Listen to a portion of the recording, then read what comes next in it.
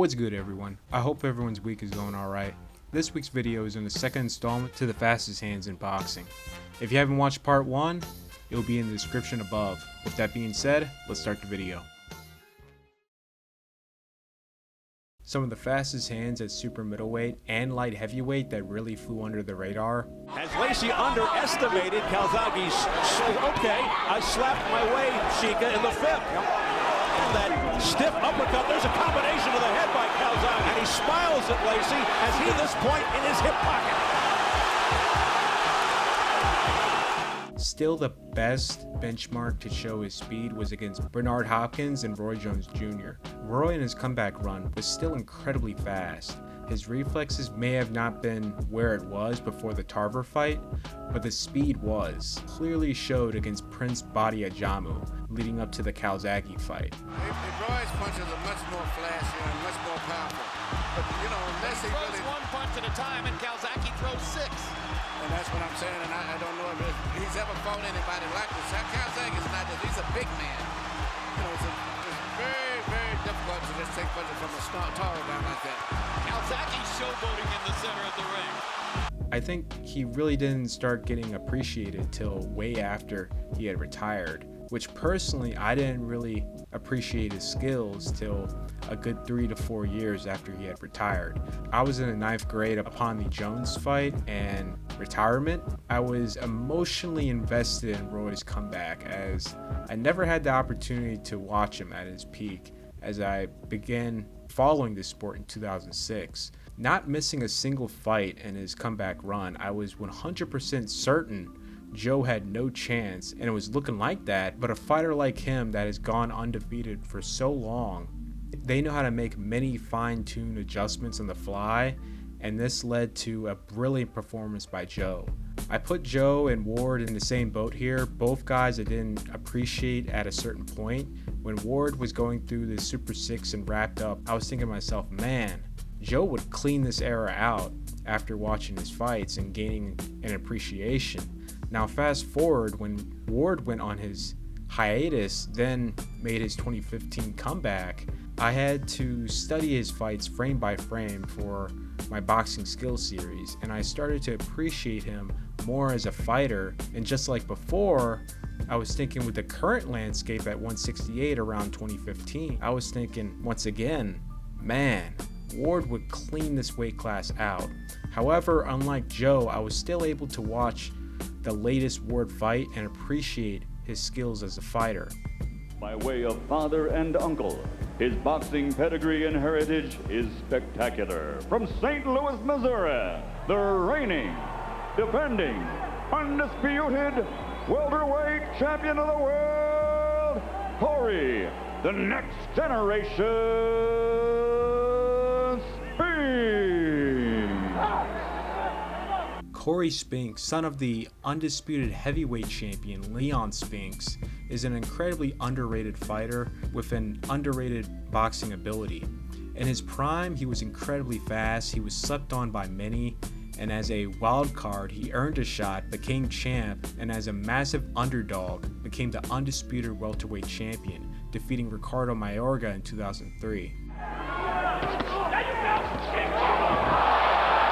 Down goes Judah on a left cross by Cory Spinks. Spinks would be the last welterweight title holder to unify for the undisputed till 20 years later with Errol Spence Jr. versus Terrence Crawford in 2023.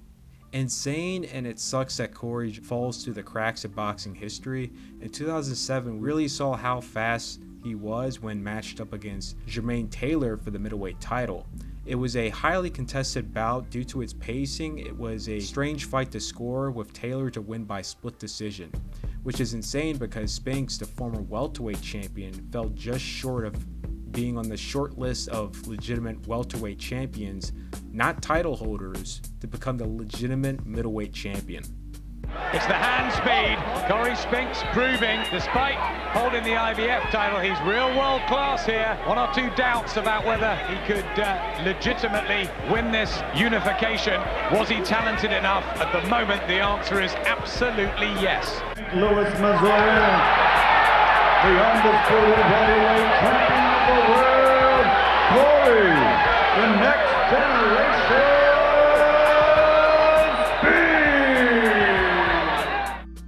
Can't mention Cory Spinks without mentioning Zab Judah. Punching power, southpaw stance with blazing hand speed is a killer combination. Judah was a force to reckon with when he let his hands go, opening up his offense. In spurts, Judah looked faster than Floyd, especially when scoring what would be the first real knockdown of Floyd's career that came from a punch. However, this is unofficial because the ref ruled it as a slip. He was not looking at his feet and assumed it was from an entanglement or Zab's foot was on Floyd's upon the impact of the shot. To the chin, nice and a good straight good left hand by And he hurt Garcia. Storming here. Left hand. Nice right hook. Judah trying to pull it on, scores with the right hook. Jab and a left hand here by Judah. Good stiff jab by Judah. The jab is terrific. Good up and under with the right hand by Khan. Excellent jab. And moving away from the right hand. The head speed. 16 rounds of sparring with Manny Pacquiao. In the eyes of judges, incidentally, he's won at least 49. And down goes Maidana on a tremendous body tap. And he may not get up. Now he's going to get up. You don't want to. What a body shot by Khan. You don't want to get up. Insanely fast hands, Khan was an incredibly fast fighter, and due to his style and hand speed, fighters had a lot of trouble early on adjusting and timing his shots. Hard right hand by Khan. Hey, for misses like that, less wasteful. He remains in position to... Khan really showed how fast he was against guys like Devin Alexander, Luis Collazo, Zab Judah, and Paulie Malignaggi. Just going by comparison, these fighters' performances with other fast-handed fighters. Paulie matching his hands against Broner, Collazo with a prime Andre Berto, Judah with Garcia, and Alexander against Tim Bradley. Underrated heavyweights of their era, I will cover both Tony Tubbs and Tony Tucker. Tubbs had a very unique style for the weight class at the time, matched with fast hands and hastily made it up the ranks, becoming the WBA heavyweight champion against Greg Page.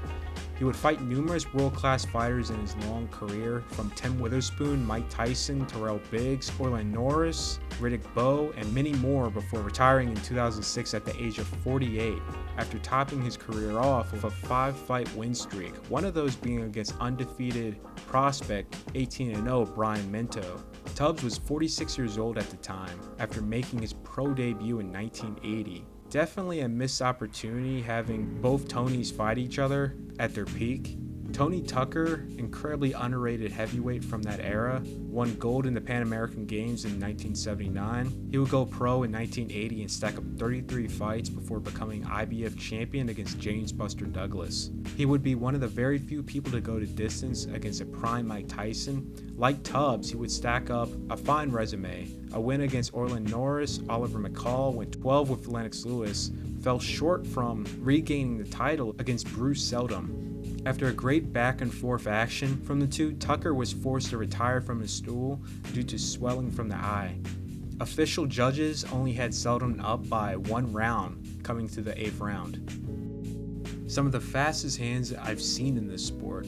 You don't really notice when Russell is firing off single shots, but when you see him put his punches together in combinations and flurries, it is insanely fast. He was one of the longest reigning champions of his era, despite only fighting once a year to tend to his family, as his father was not in the best of health. Despite him only fighting once a year, Russell did his duties as the WBC champion, fighting his mandatory opponents, which he's only required once a year to do so. All while WBC champions duck and dodge and find ways to not fight their mandatories, all while fighting step-asides or fighters who mysteriously moved up in the ranks. Russell has been one of the most responsible title holders. He didn't call anyone out, he just clocked in and clocked out tending to his family. The one time he wanted to make a move, which was to unify for the vacant ring title against Leo Santa Cruz, where Russell had never been vocal about an opponent he wanted to face up to this point. it hadn't been since the lead up to the Vasily Lomachenko fight, which was many years ago. I would have to say Leo blatantly ducked him in exchange for a big retirement payday against Davis, as Gary Russell was a WBC champion ranked at number 2, and Leo Santa Cruz was a WBA champion ranked at number 1. This was a legacy fight right here. Whoever was the winner would become the ring and certainly the lineal champion, because they're clearly the best fighters in the weight class. And Leo had walked away from this fight for a big payday against an opponent that he would certainly lose to. A prime example of quick cash over legacy. Incredibly fast fighter in the lower weight classes, very similar to Yuriorkis Gamboa in build. Both guys with incredibly short reach, love to get in there and flurry with power shots.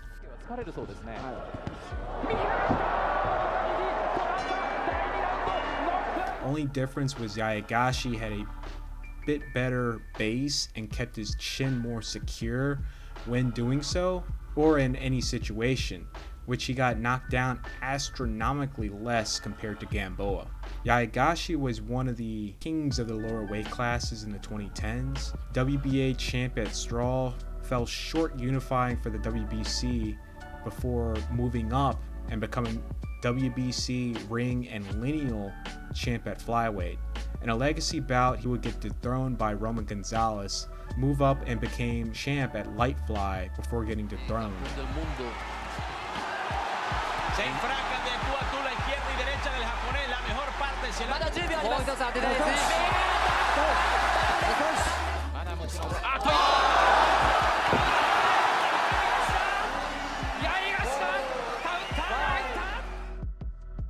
Quimbara, se te ve en la cara que quieres entrar en guara. Es cierto que la matina busco estilla y me viste por allá por mi decaro en la puntilla. Sé que me encontraste mal, con tremenda pistola por allá por la Lamar. Sé que no te gusta ya mi raza, sé que no te gustan los colores serios, clarito para adelante que te lleva al cementerio. Malditos estudiados que la tiras en etéreo. Tú sabes bien que yo soy un quemado, que te meto hacia ti, a la otra la de al lado, y que vengan las monjitas que no se hayan bautizado. Oye, sí, para que prueben el pecado, me. Rigo had insane speed matched with impeccable timing, which made him look even faster in comparison to fighters with blazing hand speed like Nonito Donaire. Due to poor management complemented with piss-poor stateside matchmaking, post-Donaire, we never got to see the best of what Rigo had to offer, as the boxing industry in the West collectively shadow banned him from the sport. Sort of like what YouTube is doing to this channel because my reach is horrendous. But anyways, we would see Rigo put up a showcase performance defending all his belts in Japan. It was a very entertaining, well-balanced display of offense and defense that would have won him a lot of stock if it was in the States. However, it was in Japan and it wasn't aired stateside, so no one saw it. Though he had an opportunity to come back on the big stage in Japan against a top 5 ranked WBA opponent, followed up by others, Rigo would gather dust, rust, and we wouldn't see the Rigo that took the world by storm till way later in 2023.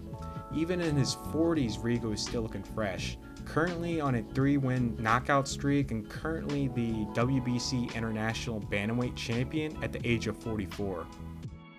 Some of the fastest hands of this era. When Ryan is able to put his hands together, he is a force to reckon with. However, due to the lack of weaponry behind the speed, when it comes to mixing it up in the type of shots, due to that, his opponents can easily make corrections and find their timing to score. Oh, he's got it locked again, and down for a second time is David Hayden. Oh, will the third time be the charm? Due to Mike's solid build, short compact reach, and height for the weight class, Tyson was an absolute unit in his prime. It was a different type of speed that the heavyweights from the 70s and late 70s era was not prepared for and couldn't be prepared for. A combination of speed, power, and natural brute strength.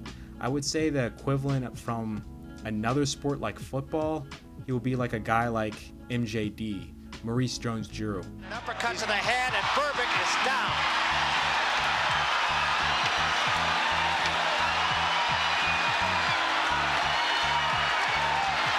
This one is going to be over, I believe. It's over. That's all, and we have a new era in boxing. One of the most underrated champs from my lifetime, Sergio, who was originally a football player, took up boxing at 19. With very few amateur fights, he turned pro. After his first loss against Antonio Margarito and a change of trainers, he would bloom into the Hall of Fame status fighter we saw today, becoming the middleweight champion, making 6 title defenses. Martinez, after the Cotto loss, would retire from the sport, mostly due to a bad knee. He would come back, more than likely to just leave the sport on a good note, and not the unfortunate events that took place in 2014.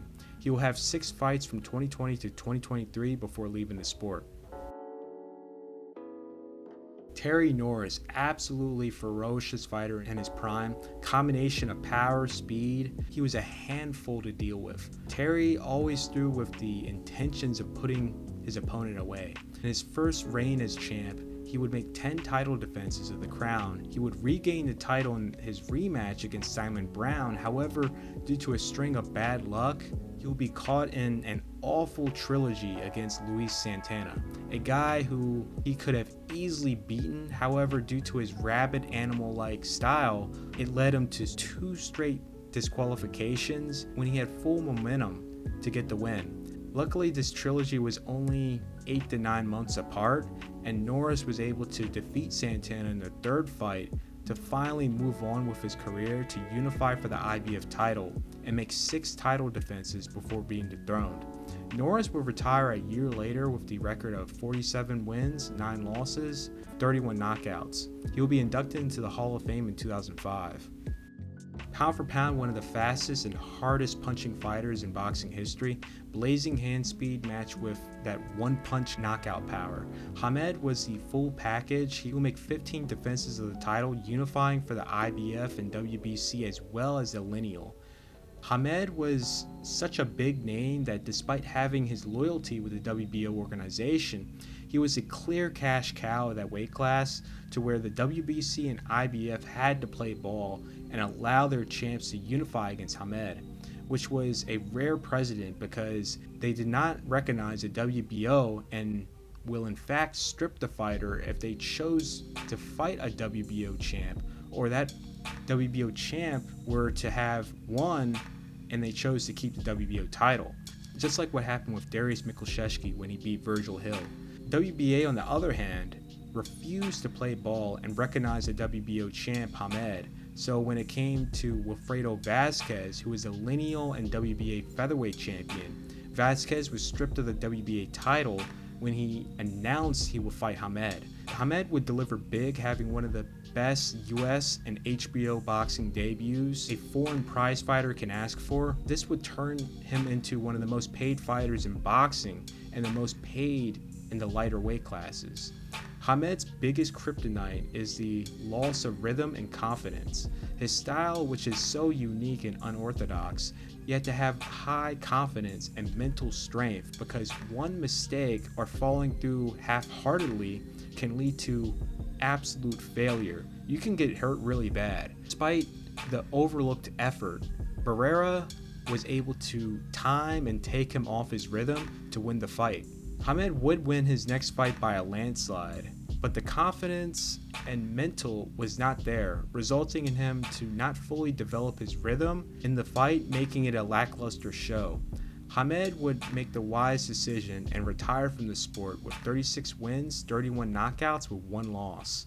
And on top of that, this is the fastest hands in boxing part 2. For more installments, be sure to like, share, if you're new, subscribe to Patreon for Patreon-backed projects and early access.